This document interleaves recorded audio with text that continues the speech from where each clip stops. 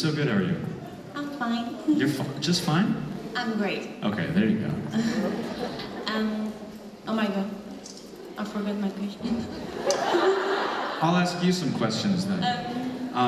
What is the busiest city in Belgium? No.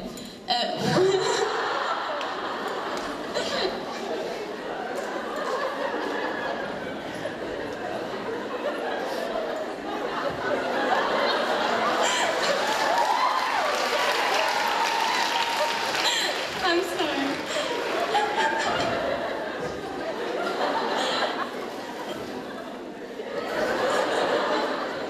Don't be sad, I'm sorry. Sorry, next question, please? No. What are you gonna ask? One of my question is, She said no. what? No. As I was saying, as I was asking. Love it, thank you for that moment. You're welcome. What kind of series do you like? Fantastic, like Vampire Diaries, or another? I love the fantasy genre. Like, I grew up completely addicted to Star Wars and things like that, and read all the Harry Potter books, like, hungrily. Me too. Oh yeah? Yeah. We're the same.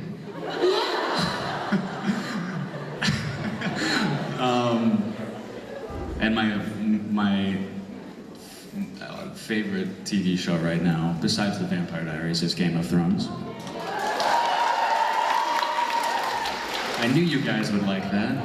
See, so I'm very much in that genre. I love that world. I don't watch too many sort of procedurals, like I don't watch like CSI or Law and Order.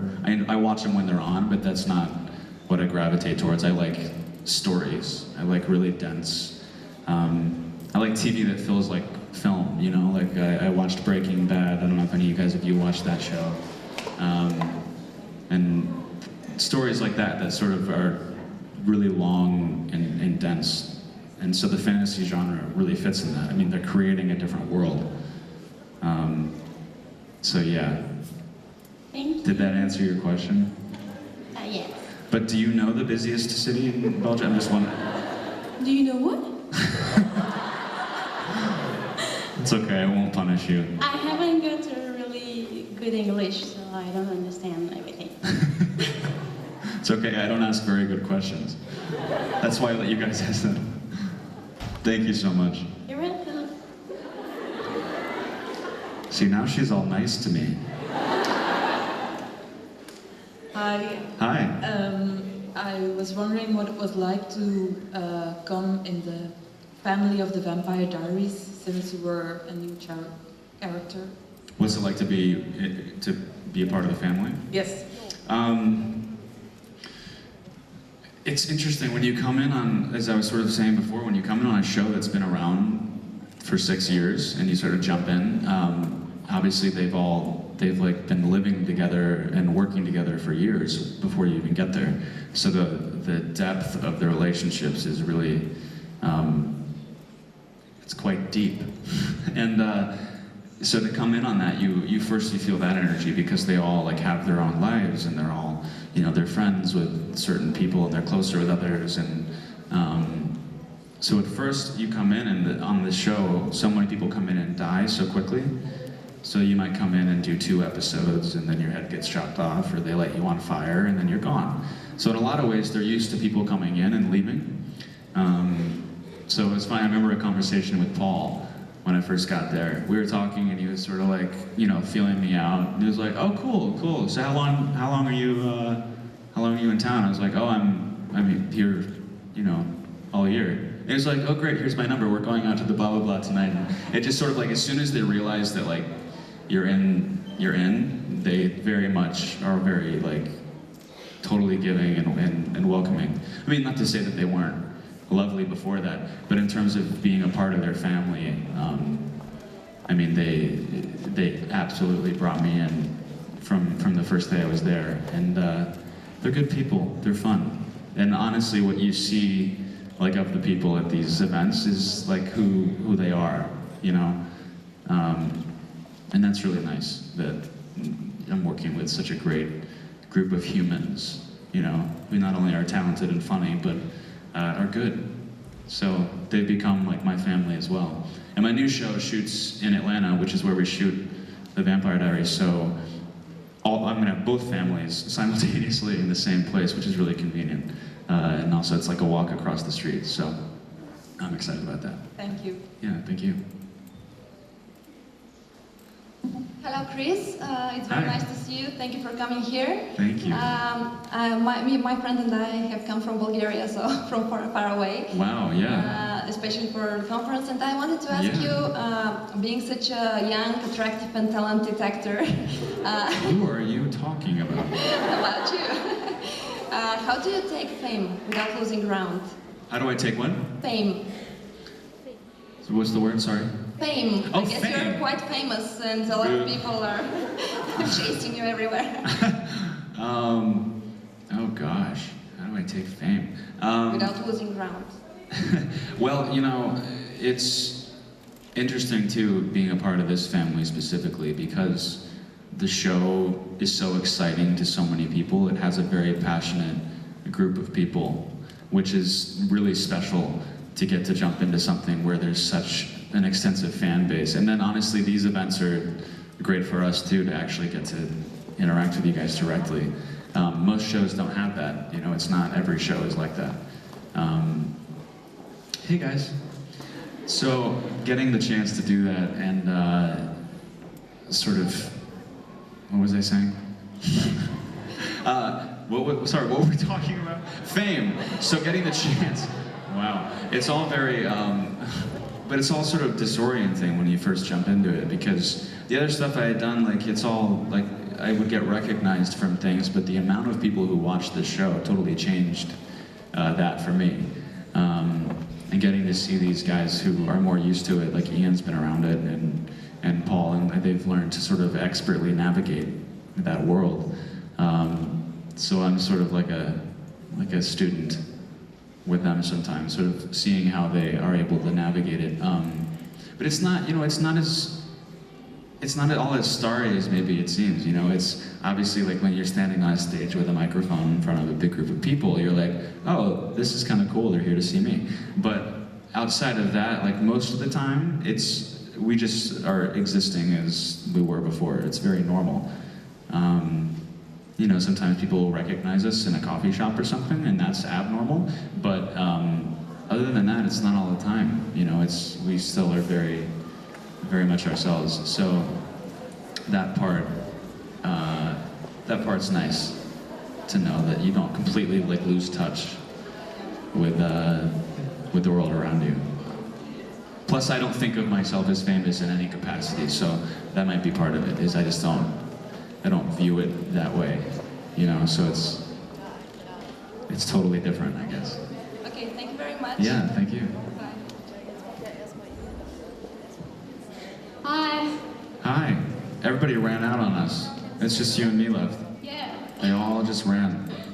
First of all, I'd just like to say that I love you and your character. Thank you so much. That's okay. And how are you and Paul doing? Romantically, you mean? Yeah. Paul and I are quite well. Our bromance is alive and healthy. For those of you, do you guys all know the term bromance? Is there a Finnish or a Dutch or a French word for that? No, everyone's like, no. It's bromance, dude. No, Paul's one of my closest friends now, and he's the best. He's in China. Why isn't he here? I know, right? I know. I begged him. I pleaded. I cried. I pushed Phoebe aside and kissed him, and he was like, "I'm sorry, I can't be there." Don't clap for that. This guy up here doesn't even know what he's saying anymore. Thank you, though. Is that your question? Yeah, that's my question. That's a good question. Thank you. Paul's good. Hey. I was wondering. Sorry. Me too. I'm sorry. Is there any chance that Kai maybe come back in season 7? Because that doesn't mean always the end in Vampire Diaries. Absolutely true. No, dead is definitely not ever a sure thing on the show. And I know for a while it got to a point where people just assumed that when someone would die, they weren't really dead. And I know that the show definitely wanted to sort of bring back death as a possible final thing, which is also, over the course of the season, I killed a lot of people in retrospect.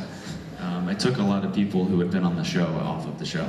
And in the finale, sort of was responsible for, basically Nina's character and Trevino's character, and obviously like Liv and Joe and my whole coven.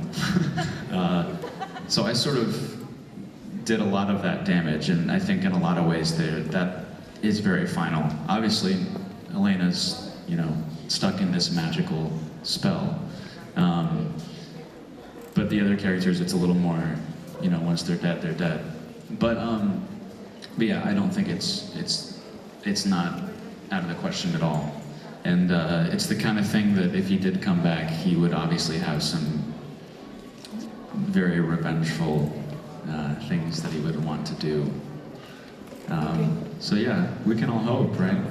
Yes, Yeah. thank you. Thank you. Hi, Hi. I'm from Bosnia. Welcome.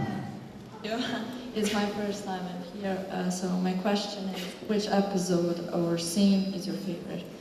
Which episode or scene? Is your favorite? I think one of my favorite episodes was actually the one that my boyfriend, Paul, directed. The one, Woke Up with a Monster, which I believe was episode 11. And it's the one where Kai kidnaps Elena. It's the one after the episode, the mid-season finale, where Kai smacks Elena in the face with a crowbar. And then the next episode, he ties her up and tortures her to sort of practice his magic. That whole episode was some of the best writing for Kai. And he really got to sort of, the whole monologue in the first scene, the like 5 minutes where he's eating, and then this grotesque tortured body appears on the table. That whole scene, like the writing was just really playful and dark and exciting. And it was the first time, and actually the only time really I got to work with Paul on the show. I snapped his neck in the finale, but he wasn't looking at me, and I kicked him in the butt when I walked by. But it was the only chance I got to work with him, and he was directing, so we worked together a lot. Like he would come over and we'd talk about stuff, and he'd pull me aside. We'd have conversations about the character, and then he'd go talk to Nina, and then we'd shoot the scene. It was all a great experience, and he was a fantastic director. But yeah, I loved that episode. And favorite scene? Oh gosh. There's a cut scene that will probably be on the DVD. So you'll have to check it out there. There's a really cool scene in the episode that Julie directed. Which one was that? Like 15 or something, I think. It's the one where Kai's really sick, and he's like all sweaty and throwing up blood, and it's really gross. But there's a scene that got cut because of time where Kai confronts her, and he sort of fights for her to believe him, sort of saying that he's sincere and that he's trying to change, and that she never experienced what he did with the whole family hating him and sort of pushing him out. And it was actually a very emotional moment for the character, which I think is why it ended up getting cut, because we needed to still not be sure if we could trust Kai or not. And that scene, you really saw him like trying to be good. And so I think they might have been worried. There was a time issue. The episode was like 15 minutes too long, so they had to cut a lot of time. But also, I think if everyone started to trust him, fans, and started to like him, when he comes back at the end of the season and kills everybody, it might be a little seeming out of the blue, as opposed to making a little bit more sense. But yeah, that scene was just really different for the character. It was a very unique moment where he got to really be honest and say everything that he felt. And usually it's a guy who lies and doesn't tell the truth. So that was unique. Thank you. Thank you. Also during that episode, a nice little tidbit, when I was throwing up the blood, this is really gross. When I was throwing up the blood, the first time we were shooting the wide shot, I actually vomited into the trash can because as you're, sorry, enjoy, how are your fries? Do you mind? She's actually eating something in the front as I'm talking about this. But I don't know, it's just the process of, because you have the mouthful of blood and you're supposed to make it, you're supposed to sell it. And so as we're shooting it, I guess like, I believed myself. My body was like, oh, you're throwing up, okay, we're gonna do that. Thank you so much, I'm out. So sorry for that gross piece of info, but